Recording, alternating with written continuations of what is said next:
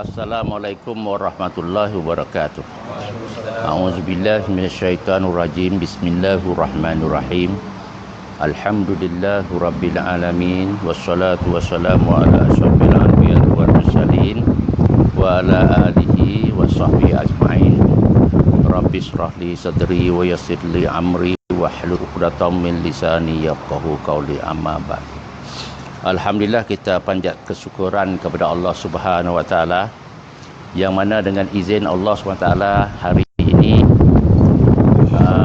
kami sebagai tuan rumah di Patani, namanya Ismail Ishaq bin Jasmid, berkhidmat kepada Pusat Pemulihan Seni Budaya dan Sejarah Tempatan wilayah Sempadan Selatan Thailand. Apabila disebut wilayah Sempadan Selatan Thailand, merangkumi 5 wilayah perbatasan antara Thailand dengan Malaysia, iaitu Singgura ataupun Songkhla, Patani, Jala, Menara dan Setoi. 5 wilayah. Dan 5 wilayah ini adalah penduduk yang keturunan Melayu yang terbanyak 85%, dan banyak bertuturnya dengan bahasa Melayu, dan penulisannya dengan bahasa tulisan Jawi sejak daripada dulu kala sampai sekarang ini. Jadi pusat ini sebagai NGO, peranan yang pentingnya menggerakkan untuk mencetus kesedaran kenalan kepada masyarakat selatan Thailand, mengenalkan sejarah warisan bangsa. Jadi yang kita aktif yang paling kuat sekali iaitu pameran bergerak. Dan pameran ini kita bergerak hampir 20 tahun sampai sekarang. Dan bergerak ni dalam Thailand, dalam universiti dan kampung-kampung ke desa-desa, dan juga di Malaysia. Malaysia, di Kedah, di Kelantan dan Shah Alam. Shah Alam masa tahun, kalau tak silap, buat himpunan Harum. Ingat tak? Harum tu. Tu kita buat. Mana di situ bukan kepada ulama Fatani, tetapi ulama Nusantara. Itulah sebagai ringkas kenalan saya. Yang lain lagi, kita bergerak memperkenalkan sejarah Patani Darussalam yang menjadi warisan pada kerajaan tertua di Nusantara, iaitu kerajaan Empayar Langkasuka. Daripada Langkasuka yang mana wujudnya di sini sebelum kelahiran Nabi Isa alaihi salam. Bukan Langkasuka yang kita mempelajari dalam kitab Marumaha Wangsa Kak Kedah. Yang tu baru. Tapi Langkasuka sini ni sebelum kelahiran Nabi Isa alaihi salam, yang faktanya daripada manuskrip seorang tokoh ulama Fatani keturunan Nabi sallallahu alaihi wasallam, iaitu Syekh Fakir Wan Ali bin Wan Muhammad bin Syekh Sofiyuddin Al-Abbas Al-Yamani. Ini menulis tangan Tarikh Patani namanya. Dan Tarikh Patani ini Syekh Daud Abdullah Al-Fatani buat salinan, dan juga kepada akhirnya almarhum Ustaz Sya'rani bin Abdullah, seorang tokoh Parlimen Thailand, buat salinan daripada Syekh Daud. Yang ni yang dapat kita kenalkan apa itu Langkasuka. Kalau belum kita ketemu fakta ini, faham Langkasuka kita itu Balai Langkasuka kat Kota Kedah, Marumaha Wangsa. Tetapi ini satu kerajaan yang besar. Jadi alhamdulillah, walau masa tak banyak, saya nak memberi kenalan informasi kepada saudara-saudara, ibu-ibu, bapa-bapa, anak-anak kita semua ni dengan cara ringkas, tapi nak ambil isi-isi saja.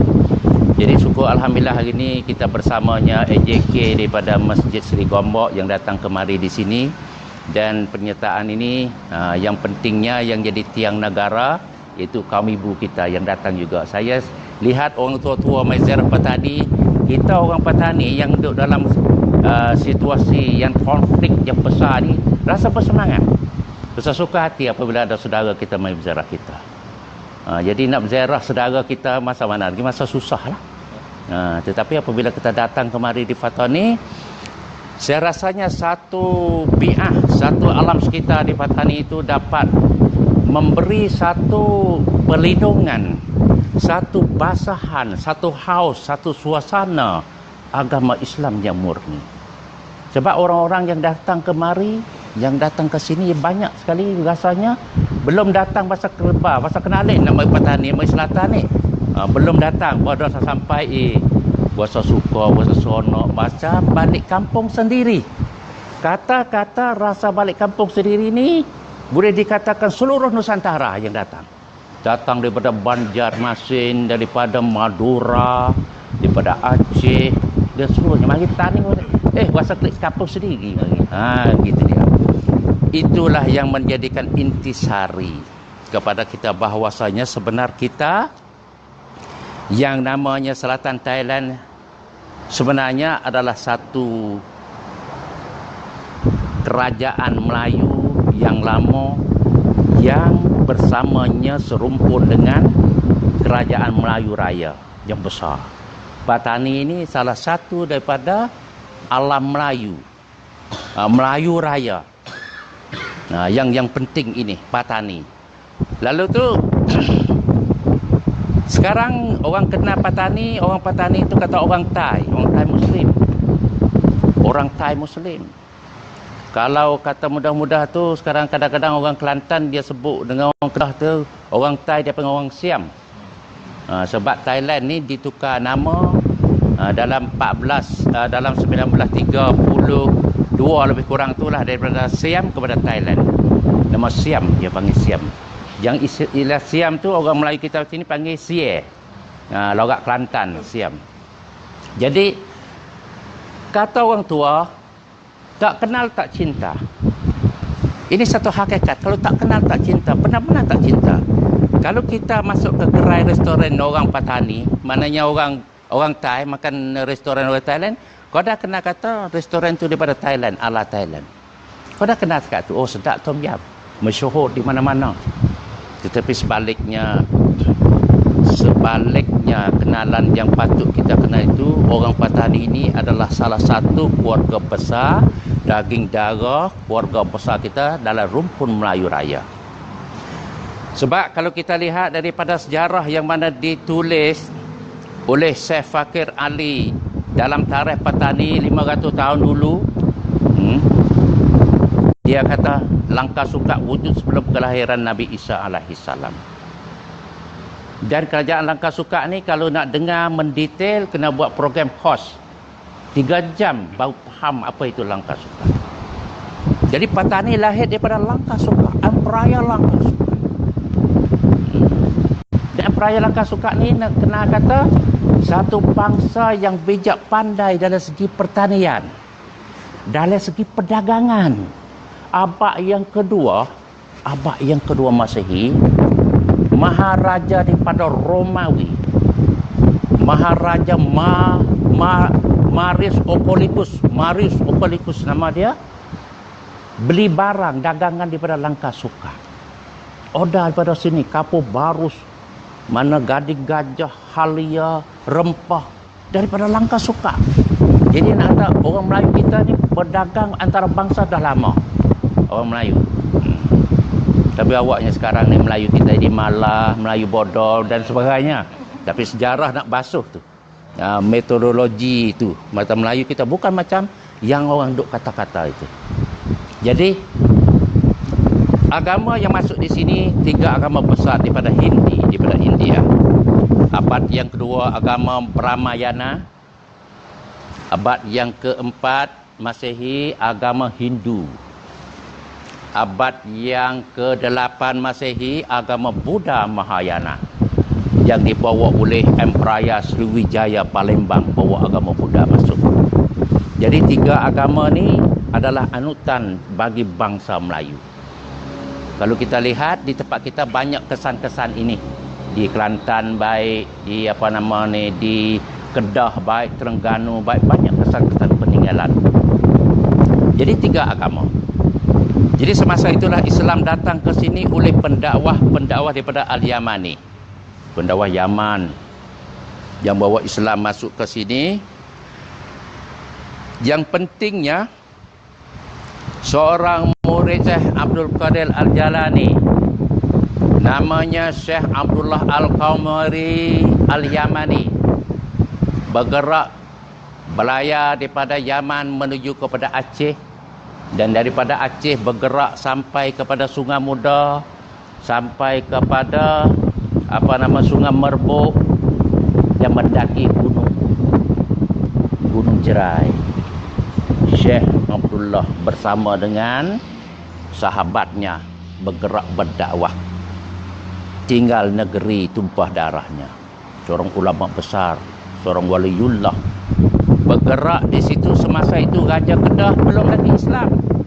Gajah Kedah itu namanya Maharaja Darba. Maharaja Darba dengan akhlak yang ditunjuk ajar, yang dipelajari daripada sahabat dan baginda Nabi sallallahu alaihi wasallam, Raja Kedah tukar agama dengan sukarela, dengan aman dan damai, bukan paksaan. Ini konsep pertama. Sebab sekarang kita sering, mana orang-orang barat yang memfitnahkan kita Islam ni, apabila orang kuat agama ni orang teroris. Tetapi kita lihat dari sudut sejarah, Islam kemari di Nusantara dengan ramah tamah, dengan kasih sayang, dengan khidmat, dengan pemurah hatinya, sampai Gajah Kedah tukar agama. Dan dinama oleh Syekh Abdullah Al-Qamari Gajah Kedah itu dengan namanya Sultan Muzaffar Shah. Sultan pertama tahun 1136. 1136 Masehi, Gajah Kedah memulai agama Islam. Dan Syekh Abdullah mengistihar daulahnya pertama, daulah Islam di negeri Kedah, di semenanjung tanah Melayu, dan memberi nama julukan kata Kedah Darul Aman. 1136. Jadi awal lagi, para meswara belum lahir lagi. Tetapi kalau kita di Malaysia, kita mempelajari sejarah Islam ni, banyak kita faham. Kata bermulanya di semenanjung tanah Melayu, kerajaan Melaka raja pertama, para meswara memasuk agama Islam.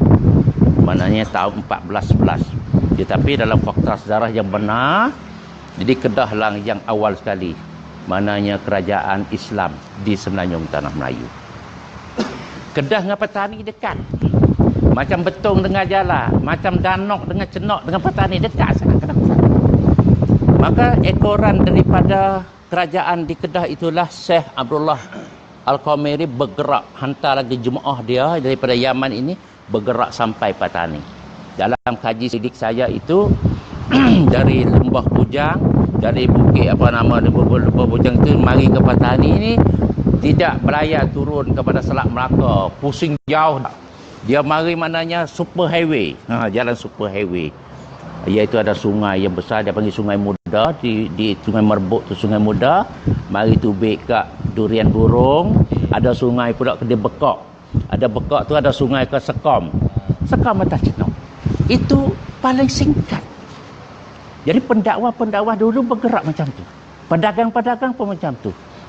Sebab petani adalah satu pelabuhan yang besar di belah pantai timur untuk pedagang-pedagang Eropah, Parsi, Arab nak pergi Cina, semua berladung stesen besarnya di pantai Patani ataupun kerajaan Langkasuka.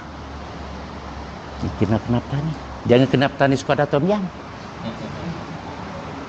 Jadi daripada itulah pendakwah bergerak sampai di sini, bergerak bertapak di sini. Belum jemaah yang dipimpin oleh Syekh Abdullah Al-Qamari Al-Yamani yang datang kemari di sini itu, semasa itu juga pendakwah pada Yaman itu sudah bergerak berada di sini. Tetapi apabila dicetus oleh ulama besar Syekh Abdullah Al-Qamari itu, jemaah-jemaah yang datang tu tak pulang lagi kepada Kedah, tak pulang, tapi bertapak di Patani, berkahwin dengan orang sini. Jadi sampai di situlah Islam tadi itu bergerak terus turun kepada selatan. Daripada Patani turun kepada selatan, iaitu Kelantan, Terengganu dan Pahang.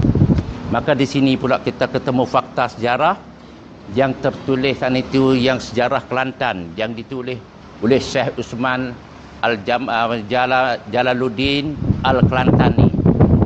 mengatakan bahawasanya ada jemaah pendakwah membalik daripada Patani Tua. Apabila sebut Patani Tua, yakni Langkah Suka. Jemaah dakwah membalik daripada Patani Tua, bergerak pergi dakwah Islam di Kelantan. Masa tu Kelantan juga raja agama Buddha, agama Hindu. Di Kelantan, bergerak di sana. Dan sampai bergerak di sana, tahun berapa tu? Tahun 1150 Masehi. Setelah dia dah memeluk agama Islam 14 tahun, jemaah dakwah ini bergerak. Di Patani Raja belum memeluk agama Islam, tetapi rakyat jelata sudah menerima agama Islam. Orang awam mendahului raja dan istana 500 tahun. Jadi Patani Raja lama sikit nak terima agama Islam, tapi rakyat orang ramai itu sudah terima agama Islam. Dan dalam 1150 itulah bergerak dakwah di Kelantan, turun sampai Terengganu dan Pahang. Jadi fakta yang memberi kita lihat bahawa yang Kelantan tu sudah raja memeluk agama Islam tahun 1811. 1811. Nanti bukan, maaf. 1150 daripada Patani turun ke Kelantan. Raja Kelantan memeluk agama Islam. Mengikut yang kita ketemu sana itu duit emas, duit siling emas, duit Cina itu, di situ tertulis dengan tulisan kata Al-Julus Al-Kelantani 577 Hijriah. 577 Hijriah bersama dengan miladi 1181. 1181. Jadi Raja Kelantan sudah meluk Islam. Jadi orang Kelantan sudah tinggal agama Buddha, agama Hindu. Jadi orang yang tawakal kepada Allah SWT. Sebab dia kata Al-Mutawakkal. Al-Mutawakkil dulu di situ. Jadi hasil daripada gerakan dakwah daripada Patani Tua ataupun Langkah Suka. Terus sampai 100 tahun Kuala Berang kan itu istihar sebagai kerajaan Islam. Di Kuala Berang. Tahun 1303 Batu Bersurat. Istiharnya sebagai kerajaan Islam. Ini hasil daripada hijrah, hasil daripada gerakan dakwah. Maka kita sekarang kita lihat dalam fakta sejarah, Islam datang daripada Yaman oleh para habib-habaib datang ke sini itu hasil daripada pengorbanan. Hasil daripada pengorbanan, hasil daripada taat kepada perintah Allah dan sunnah Nabi untuk bergerak, berhijrah. Jadi korban masa, harta benda sendiri, diri sendiri, bawa kalimah Islam, kalimah thayyibah datang kemari di sini. Sebab kalau mereka itu tidak korban, tidak bergerak, berdakwah sampai sini, mungkin di alam Melayu kita ini penuh dengan tokong-tokong ditekak macam orang Cina, macam orang di Pulau Bali sekarang. Di Indonesia banyak lagi yang Melayu tapi penuh dengan tokong, dengan budak. Itulah yang kita dengar sejarah ni, kita nak kenangkan jasa orang tua kita dan mudah-mudahan kita niat dan azamlah insya-Allah kita pun juga nak hijrah menyampaikan kalimah ini kepada umat manusia, bukan sekadar di Melayu Raya tetapi seluruh alam insya-Allah kita niat nawaitu macam tu. Jadi di sinilah jadi fakta bahawasanya apabila Islam bergerak dalam Patani Tua ataupun Langkah Suka, kerajaan Siam belum wujud lagi dalam peta dunia. Kerajaan Siam yang tertua tu namanya Sukhothai. Pernah dengar? Namanya Ayutthaya. Dan sekarang ni kita dengarnya Tuan Buri dan Bangkok. Ratanako Chakri Bangkok sekarang ni. Jadi masa Islam bergerak di sini belum lagi wujud kerajaan Siam, tidak ada lagi.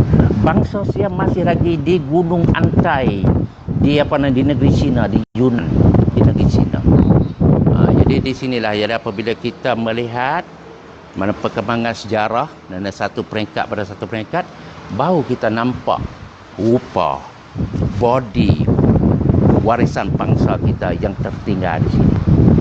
Yang tertinggal di selatan Thailand, terkenal kata selatan Thailand hari ini, inilah kita, inilah jati diri kita.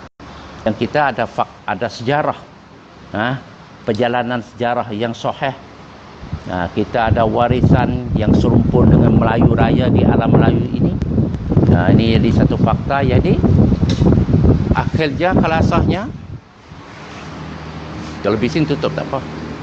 Jadi makna kata Islam sudah bertapak lama di sini. Tapi seperti kata Islam termula dalam kalangan orang ramai.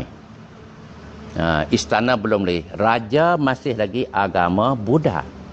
Masih lagi. Istana semua tu ada mana tempat-tempat kesan-kesan peninggalan yang ada di sini. Kalau di Malaysia yang nak paling banyak sekali di Kedah, di Perak, di Kelantan, di Patani, yang jadi pusat kerajaan Langkah Sukak, iaitu mungkin hari ini tak sempat nak bawa pergi. Lain kali kalau datang boleh pergi. Yang mana peninggalan candi-candi, patung lembu. Lembu ni pujaan Tuhan bagi orang agama Hindu. Ketemu banyak di Patani. Sekarang tersimpan di muzium di Songkhla, di Singgora, ada simpan. Itu maknanya pujaan, maknanya sembah berala-berala orang Melayu Patani dulu. Ada kemaluan lelaki yang jadi pujaan Hindu yang banyak ketemu. Ini adalah fakta sejarah kata Melayu belum Islam tu melalui 3 agama yang saya kata tadi. Baik. Akhir sekali, Raja Patani keturunan Langkah Sukak, namanya Payatu Nakapa. Dahulu kota dia di kota Mahligai Jerai. Jerai tu nak semacam dengan jerai dengan Kedah. Tapi orang Patani panggil jerai, pokok jerai besar tu. Istilah panggil jerai, di sana panggil jerai. Kota Mahligai Jerai. Baginda bergerak mari satu hari nak timbulkan nama Patani. Dulu kerajaan Langkah Sukak. Apabila ada hijrah, ada bergerak, Langkah Sukak ditukar nama Patani. Sebab ditukar nama Patani itu ada 2-3 faktor. Satu, baginda raja mai buru binatang di tepi pantai. Bila waktu malam anjing menyalak, tak berhenti sampai cerah. Baginda tanya apa disalak boleh anjing semalam. Para hulu balai dia, panglima dia, tentera dia beri jawapan kata melihat seekor pelanduk putih, kijang putih, warna putih. Baginda kata takap. Itu satu benda yang ajib, takap. Jadi puak tentera dia, angkatan puak tentera dia pergi cari semula. Apabila lihat masuk nak tangkap dengan takdir Allah Ta'ala, pelanduk itu hilang depan mata. Raib hilang di depan mata. Baginda raja mari nak tengok. Mana tengok pelanduk putih? Macam mana rupa dia? Jadi jawabnya, daulat tuanku minta maaf, minta ampun lah. Kerana masuk nak tangkap kepung dah sudah siap. Tapi hilang raib. Hilang. Di mana hilang? Hilang di pantai ini tuanku. Pantai ini? Di sini pantai ini. Jadi pantai ini tempat pelanduk hilang itulah jadi marinya timbulnya perataan Patani, mengikut lorak Patani, luah Patani. Kalau kita Malaysia, pantai ini. Kalau sini Patani. Macam Terengganu, Kelantan ni lorak dia sama, Patani. Tempat yang pelanduk hilang. Di pantai. Ni belah ni tak sampai 1 kilometer ni pantai ni. Wah. Satu pantai ini. Apabila baginda raja nak balik tempat dia bersemayam, jumpa orang tua sebagai ketua kampung. Raja tanya, siapa kamu, daripada mana? Orang tua ni jawab, dia ni nama Pok Tani. Orang kampung panggil Pok Tani, jadi ketua kampung bagi sini. Jadi 2, Pok Tani. Pantai ini hilang. Satu lagi nya kelasahnya, orang Langkah Sukak ni terkenal satu bangsa yang arif, yang bijak dari segi pertanian. Suka cocok tanam. Jadi orang petani kebanyakan. Orang petani dalam dalam darat, orang petani dalam laut, jadi nelayan yang bijak, pandai tangkap ikan apa semua, maka panggil orang ni orang petani. Orang Langkah Sukak panggil petani. Jadi 3-3 ni lah. Apabila baginda raja tukar istana daripada kota Mahligai Jerai, mai duduk di Krisik di sini, panggillah negeri ni kata negeri Patani. Patani. Jadi tinggal Langkah Sukak, nama baru Patani. Tahun 1457 Masehi. 1457 Masehi. Tinggal nama Langkah Sukak pada Patani. Dia baginda menerima agama Islam. Setelah baginda kesihatan dia tak sihat, dia uzur, maka seorang pendakwah daripada Yaman nama Syekh Muhammad Sa'id Al-Basisah. Pendakwah ini bergerak daripada Yaman, bergerak di Pasai dulu. Daripada Pasai mari di sini kahwin orang sini. Jadi kahwin sini dia berdakwah orang dengan cara dia mengobatkan orang sembuh, mengucaplah masuk Islam, tidak membayar wang.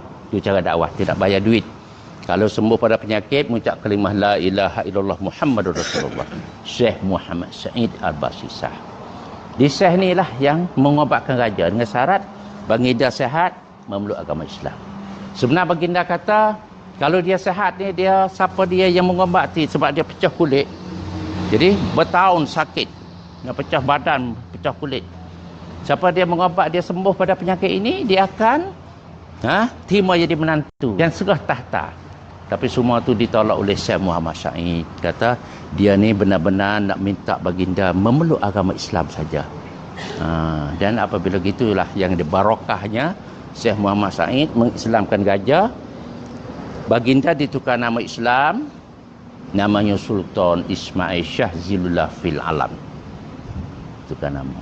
Di situlah mula tukar juga langkah suka kepada Patani. Syekh Muhammad Sa'id berdoa Allah SWT supaya tahta kerajaan Patani ini jadi kerajaan Patani Darussalam. Ini semua ada dalam catatan sejarah. Itu kena. Jadi langkah suka jadi Patani Darussalam. Jadi sistem pemerintahannya mengikut Islam dan baginda melantik para ulama jadi penasihat.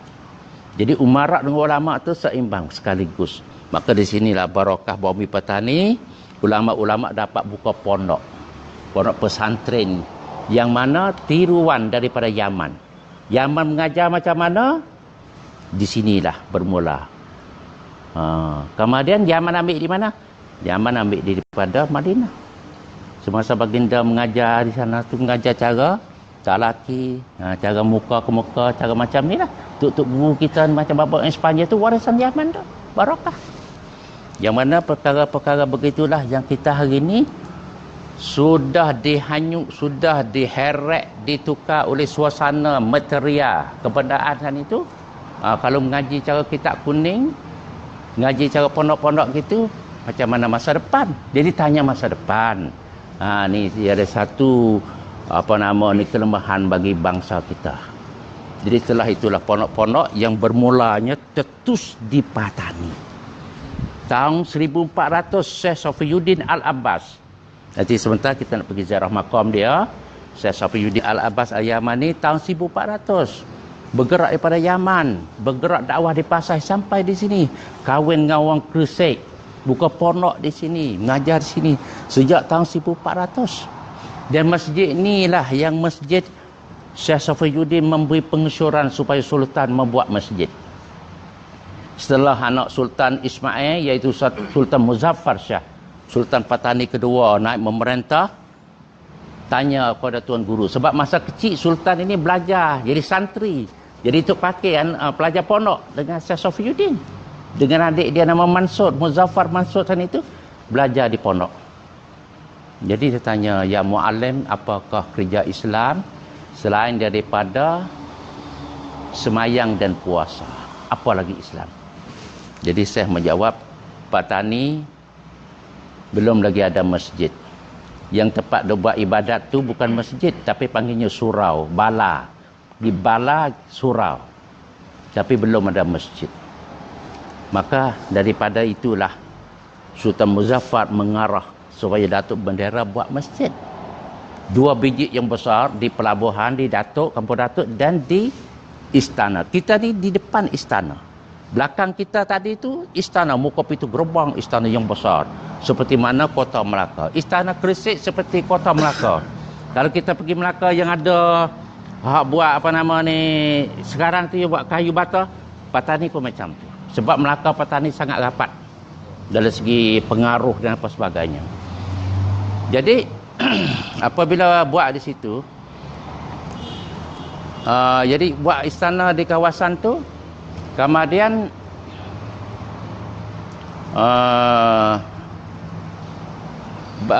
Sultan Muzaffar yang arah supaya membuat masjid.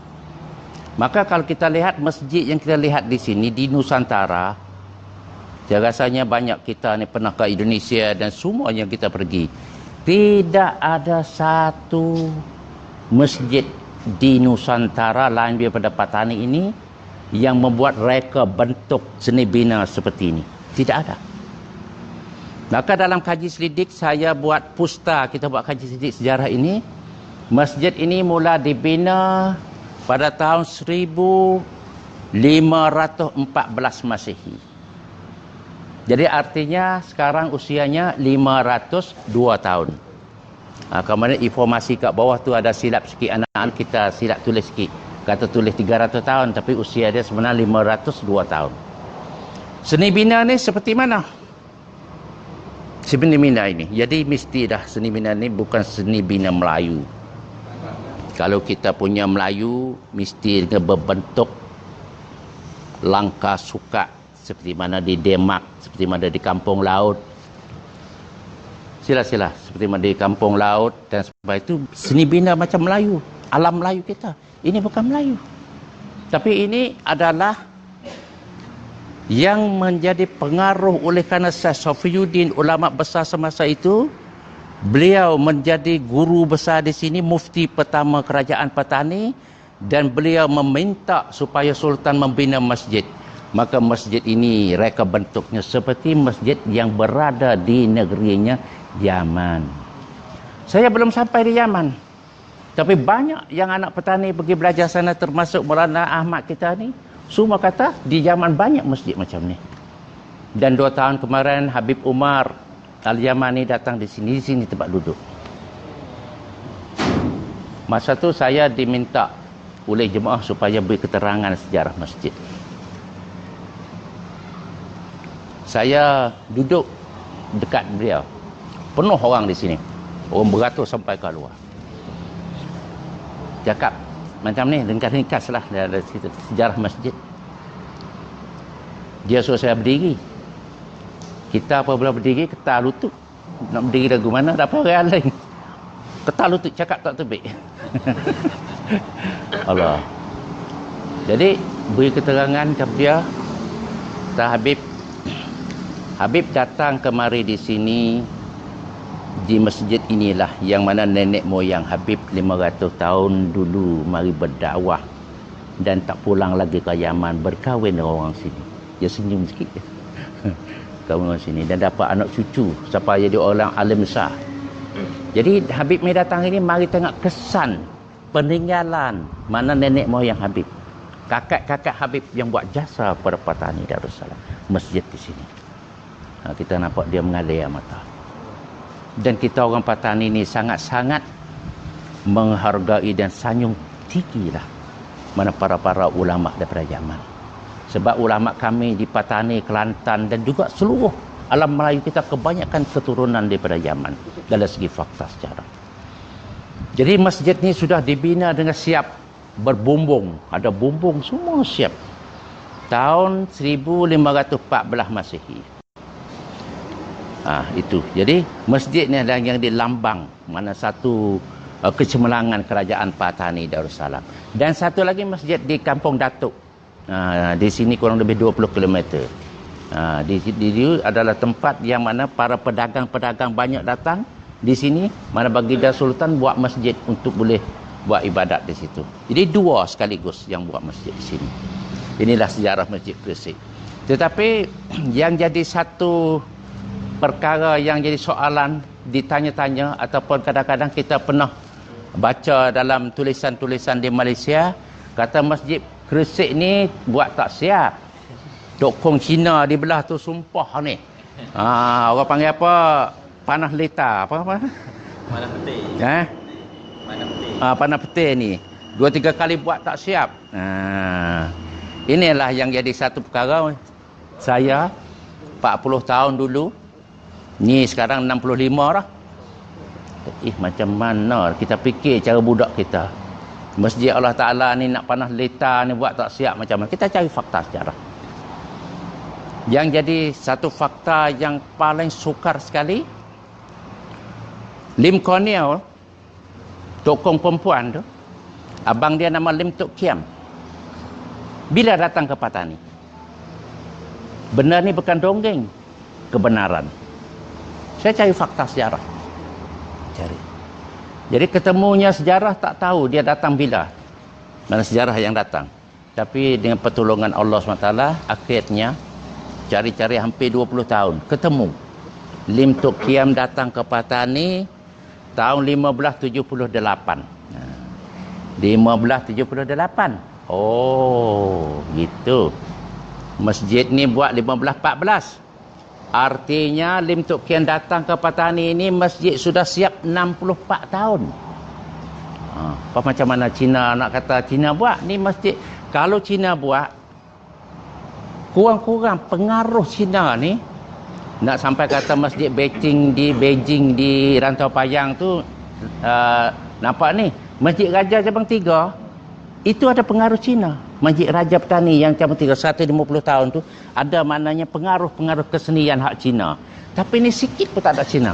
Tambah-tambah mereka bentuk ni daripada Arab pula. Ni jadi satu fakta. Saya kita syukur Alhamdulillah. Sebab saya kerja dalam bidang akademik, dalam universiti ni kita kena banyak berdebat dengan dia orang. Kita berdebat dengan bukan dengan emosi, tapi kita berdebat dengan fakta sejarah. Kita syukur Alhamdulillah kita dapat fakta ini. Jadi lalu tu tanya di mana bumbung? Bumbung ke atas di mana tak ada.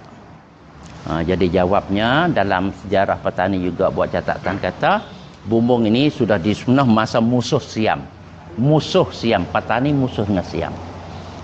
Jadi kita cari lagi sebagai orang pengkaji sejarah, cari lagi peperangan antara Patani dengan Siam berlaku semua dalam sejarah 6 kali. Sejak daripada Ayutthaya 1, 2, 3, 4, 5 Patani dapat pertahan kedaulatan. Tetapi yang terakhir ke-6 Patani kalah. Yang ke-6 ni kalah. Iaitu tahun 1786. 1786 semasa Francis Light daripada India, British, mari singgah Pulau Pinang. Dan akhirnya sewa Pulau Pinang, habis boleh ke dia negeri. Masa itulah Patani dengan Siam berperang kalah. Tradisi peperangan yang kalah ni itu apabila bangsa yang dikalah itu mesti dimusnah oleh bangsa yang menang. Maka di sinilah ibu-ibu kita, bapa-bapa kita, anak-anak semua mari di sini nak lihat istana Kristik tak nampak. Sebab semua dibakar hangus. 1786, 4 bulan bakaran itu. Asap tak berhenti ni 4 bulan ni. Jadi alhamdulillah tinggalnya masjid. Kalau di Pondok Syekh Daud pun tinggalnya Telaga Syekh Daud, balai pun habis dah. Di sini agak tinggal Telaga Hang Tuah, pergi Hang Tuah. Ini belah sana tu ada Telaga Hang Tuah. Siapa dia main di Melaka boleh dilihat kata Hang Tuah benar datang di sini. Tahun 1499 Masehi Hang Tuah datang di sini. Wakilnya kerajaan Sultan Mahmud pada Melaka hantar Hang Tuah mari untuk ucap tahniah oleh kerana baginda raja memeluk agama Islam. Jadi hubungan Patani dengan Melaka, hubungan Patani dengan Johor, hubungan Patani dengan Perak, Ngapahang, Terengganu, semua ada hubungan yang sangat rapat. Itu adalah fakta sejarah. Jadi apabila di situlah yang jadi kita untuk nak kenal ke Masjid Kristik ni benar-benar adalah masjid yang awal di Nusantara yang dibina dengan batu bata. Ni, dengan batu bata yang buat di Patani. Bata ni buat di Patani. Dan susunan lapis tu masa dulu semin tak ada. Macam mana dia kemah gagah ni? Masjid ni beberapa kali maknanya diuji sebagai medan perang sejak daripada 1786 mana berperang tu banyak kali di sini. Akhir sekali tahun 2004 yang mati syahid dalam ni 30 orang ni mati syahid dalam ni 2004 baru berapa hari apa 10 tahun 11 tahun. Jadi di sinilah jadi kita bagi tahu keterangan ini supaya yang datang jemaah kita yang datang yang barakah daripada Seri Gembok ni datang kena di sini supaya mohon doa lah kepada Allah SWT. Supaya Patani itu orang kita sini kuatkan iman, jagakan warisan orang tua kita, taat setia kepada ulama, mewarisinya kitab-kitab kuning. Anak-anak kita dapat mempelajari tulisan yang barakah, iaitu tulisan Jawi, menghidup kembali, sebab itu tulisan Al-Quran. Jadi orang petani bertahan saat itu di sini, walau petani di bawah kerajaan yang bukan Islam, kerajaan yang bangsa kerajaan orang kafir, tetapi 230 tahun sejak sampai hari ini, petani masih lagi alhamdulillah dapat jaga amalan-amalan agama. Dari segi amalan agama, setiap mana yang orang tua dulu membuat sana itu, terutamanya tentang pegangan akidah etika Ahlus Sunnah wal Jamaah. Ini penting sekali. Jadi petani dapat bertahan. Sedangkan petani di bawah kerajaan yang bukan Islam. Tetapi apakah sebabnya yang jadi kekuatan bagi orang petani? Ia ini tak lain tak bukan oleh karenanya pengorbanan para ulama petani. Sejak daripada dulu sampai sekarang. Oleh kerana ulama tuk guru kita ni berdikari, mewakaf diri untuk agama Allah Subhanahu wa taala. Jadi kita sendiri pun rasa suka hatilah nampak soal kita di Malaysia, Indonesia sering menjemput bapa-bapa kita, tuk guru mulia kita Bapa Ismail Spanye, tuk guru saya dan tuk guru kita semua ni mana pergi untuk orang kita di sana tu dapat mengenal apakah hakikat sebenar ajaran Islam, akidah Ahlussunnah wal Jamaah, bagaimanakah mazhab Syafi'i kita. Sebab kita sudah faham Nusantara kita ni sekarang banyak penyakit-penyakit luar tu yang anak tempat sendirilah pergi ngaji luar negeri, vaksin tak ada. Orang panggil vaksin tak ada. Jadi apabila tidak ada vaksin, pergi ngaji luar negeri, penyakit luar negeri masuk lagi. Gonjang habis. Keluarga gonjang habis. Bahaya daripada Syiah, bahaya daripada Wahabi dan sebagainya. Itu adalah oleh kerana apa? Oleh kerana masa kecil dia tanpa didikan, pondok, tidak dibesarkan surau, tidak kena penawar pagi hati, tidak kena musalli dan peridah lah apatah lagi matla'in badrin, dia tak kena semua, dia tak tahu. Tambah-tambah baca sendiri pula, sendiri baca, sendiri buka remote pula, baca dengan benar parabola atas langit tu, kau jauh. Jadi kau tidak ada barakah. Lalu tu mari di sini niatlah supaya anak-anak kita, cucu-cucu kita dapat mempelajari di sini. Jadi petani dahulu orang beri kenalan kata cermin dan serami Mekah. Bukan serami Mekah, saya cermin dan serami Mekah daripada dahulu. Oleh kerana apa tu? Oleh kerana ulama-ulama tadi, pondok-pondok tadi masih lagi banyak di sini, masih lagi subur di sini, di petani Jalan Artiwan. Dan juga seiring dengan pondok-pondok kitab kuning, kitab Taurat itu, yang jadi satu anugerah daripada Allah SWT untuk bumi bertuah ini terus maju dakwah Islam, Allah Ta'ala menghantar pula dalam segi kerja agama yang besar, iaitu kerja dakwah tabligh di sini hampir 40 tahun dulu. Maka kalau mari ada masa saya beri pengisyuran, elok bawa ibu kita pergi berziarah di pusat Markah Dakwah di Jala. Sampai kita lihat di situ orang di Cina besar, hampir 100 orang anak kecil-kecil mai belajar Quran di situ. Belajar Quran sekolah hafiz. Di situ. Kamar dia ngaji hafiz sudah, ngaji alim pula.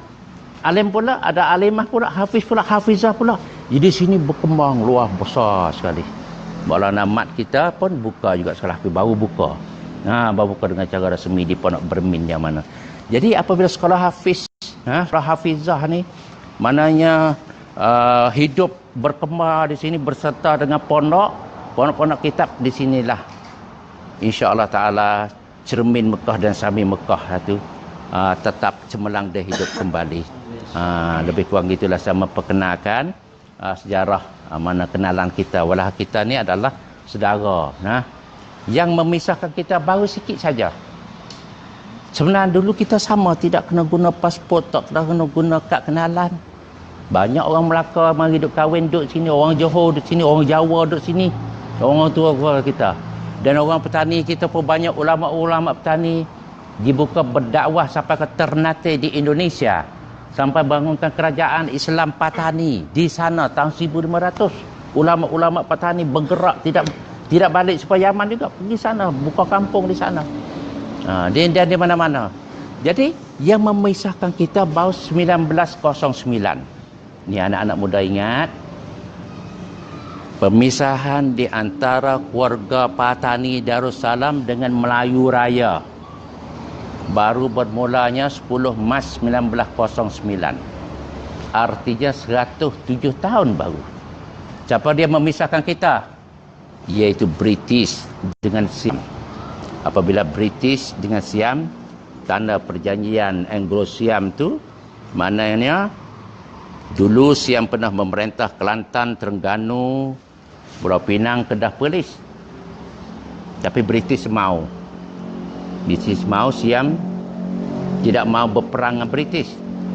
Dia bagi ke British. British juga mau Patani. Mau Patani ini maknanya daripada Senggora 5 wilayah pun kepunyaan British. Tapi Siam minta, sorry dia kata. Patani minta duduk dengan dia. Dia sangat-sangat kasih ni orang Patani ni, Siam kata. You ambil hak nu jadilah. Perlis, Kedah, Pulau Pinang, Kelantan terlalu you ambil. Tapi Patani tak boleh lah. Kita sangat-sangat sayang dengan orang Patani ni. Maka Patani kena duduk bawah Siam. Jadi yang semua tu merdeka habis. Setelah British pulang ke negerinya, merdeka lah. Tapi di Patani bila Siam nak pulang? Dia tak jauh, dia dekat sangat. British ini mana jauh. Itu dia. Itulah maknanya Patani tetap bersama dengan Siam sampai sekarang. Jadi Kelantan, Kedah semua tu dengan British. Apabila British balik ke negeri dia, merdekalah Malaysia. Di situlah kenalan di sini supaya kita bagi mengadakan satu rasa cinta kasih sayang dengan orang Patani.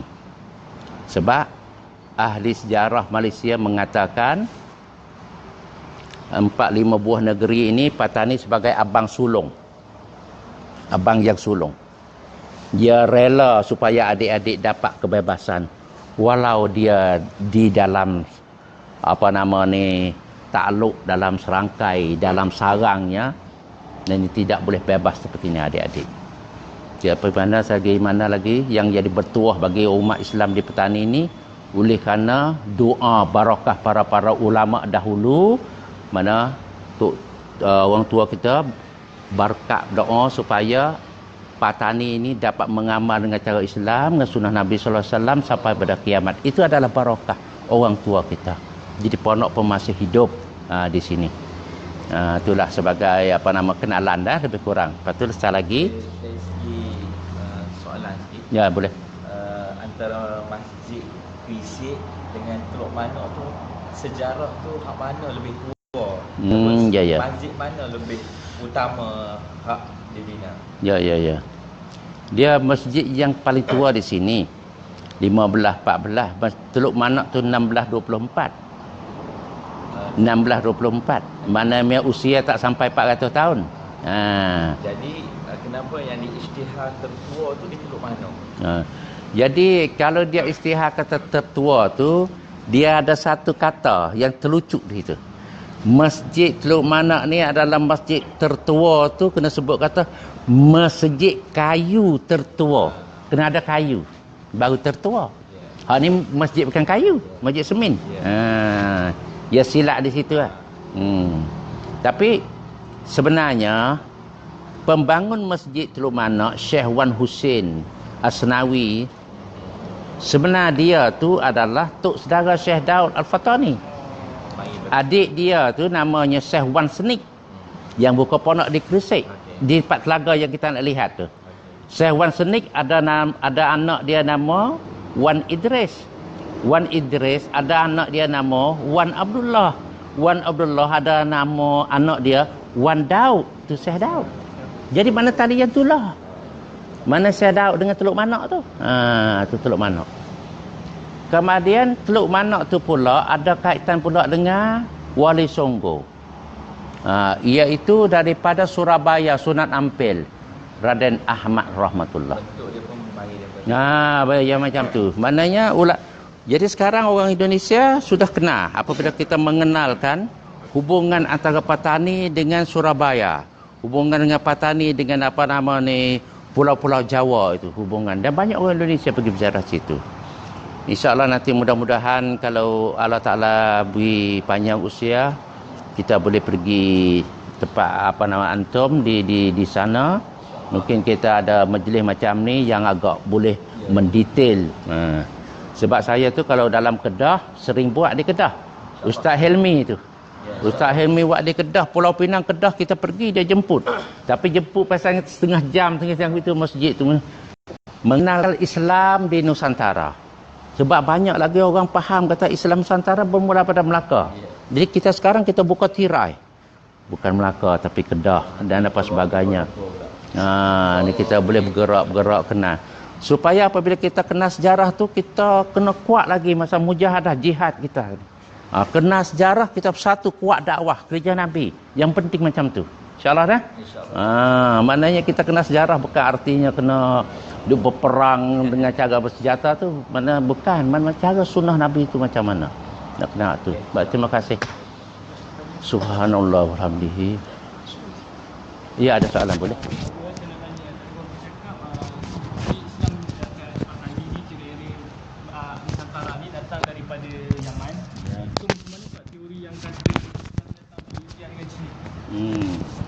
Yang kalau nak kata India dengan China tu, teori itu sebenarnya teori ini disaran oleh seorang orang Belanda yang mempelajari tentang Islam yang namanya Snoek Hoekronji. Snoek Hoekronji ini seorang ulama Belanda, dia faham Quran hadis. Tapi Allah Ta'ala tak hidayah ke dia. Dan Belanda pernah hantar dia ke Mekah. Sebab masa tu di Mekah tu di Mekah tu ulama yang kuat untuk mempertahankan Islam di Nusantara, di Melayu ni, dalam kaji selidik orang Belanda dia tak ada dua. Dia panggil ulama kepala batu. Mana kerah tak mau tunduk kepada orang kafir. Siapa dia tu? Iaitu ulama Patani dengan ulama Aceh. Dia hantar Snoek Hoekronji. Masa tu pergi ke Mekah tak kena pakai pasport. Sampai di Mekah, sampai di Madinah, Snoek Hoekronji kata dia nama Abdul Ghaffar. Abdul Ghaffar. Jadi boleh masuk. Tu rekas dekat tu. Jadi dialah yang membuat sejarah kedatangan Islam di Nusantara. Bagi orang Indonesia pegang teori dia, bahwasanya Islam bermula di Nusantara ini daripada Gujarat, daripada India Selatan. Yang kebanyakan itu daripada pedagang-pedagang, sambil berdagang sambil berdakwah, sampai kepada dapat mengislamkan gajah di Samudra Pasai. Jadi kalau Islam di Samudra Pasai baru kita tahun 1296. Baru mula kerajaan Islam Pasai. Dalam kita dengar tadi, sebelah 36 ni Kedah dah Islam dah. Snoek Hoekronji tak ketemu maklumat ini. Dia tak ketemu. Kata Islam datang pada Yaman, di Aceh masuk ke Lembah Bujang tadi. Dia tak ketemu fakta ini. Tapi dia ketemunya fakta daripada India kepada Samudra Pasai. Itu kita terima. Itu hakikat. Tetapi masa yang lain. Waktu yang lain. Ialah tu soalan ni bagus. Soalan ni bagus. Lalu tu pula apabila Islam yang datang kepada Cina, Islam yang datang pada Cina kemari tempat kita ni, kalau mari pun mari berniaga, tetapi bukan berdakwah. Sebab Islam daripada Cina tu bukan Syafi'i. Kita kena tahu pula tu bukan Syafi'i. Yang kita ni kelompok besar Syafi'i. Yang Syafi'i daripada Yaman yang besar sekali, kan? Kemudian kebetulan pula di India Selatan pun Syafi'i juga yang datang kemari di sini. Nanti kita cakap di Kuala Lumpur lah, ya panjang. Tapi soalan saya suka.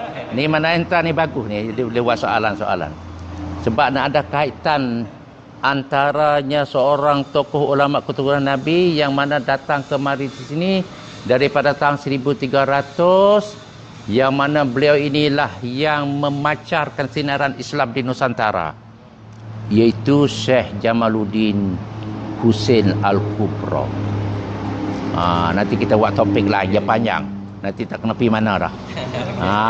InsyaAllah. Okey, baik. Jom insyaAllah kita bergerak. Lepas tu macam mana kita nak pergi ke tu? Cuma gini. Ataupun kita tak kena masuk kubur Sultan Ismail, kita pergi. Kalau kita pergi ke, tak apalah jauh sikit tapi kena pusing semula. Sebabnya Babeli ada kelas kedua. Jadi ingat nak masuk dulu pondok ni sekejap. Masa kita pusing balik. Boleh tak? Sekejap. Pergi Baboli. Lepas tu nak dengan Baboli ngajar lah. Ada bukan tak ngajar. Cuma pergi ziarah sekejap. Pergi Nuair sebab dia ada kelas. Takut kita pergi nanti ganggu majlis dia lah. Dia kelas kedua, kita nak pergi dulu. Pergi dulu. Pergi Lepas dulu. dah tu kita kau mai kau ni. Kita kau mari semula. Tak apalah pusing jauh balik. Tak apa, tu tak apa.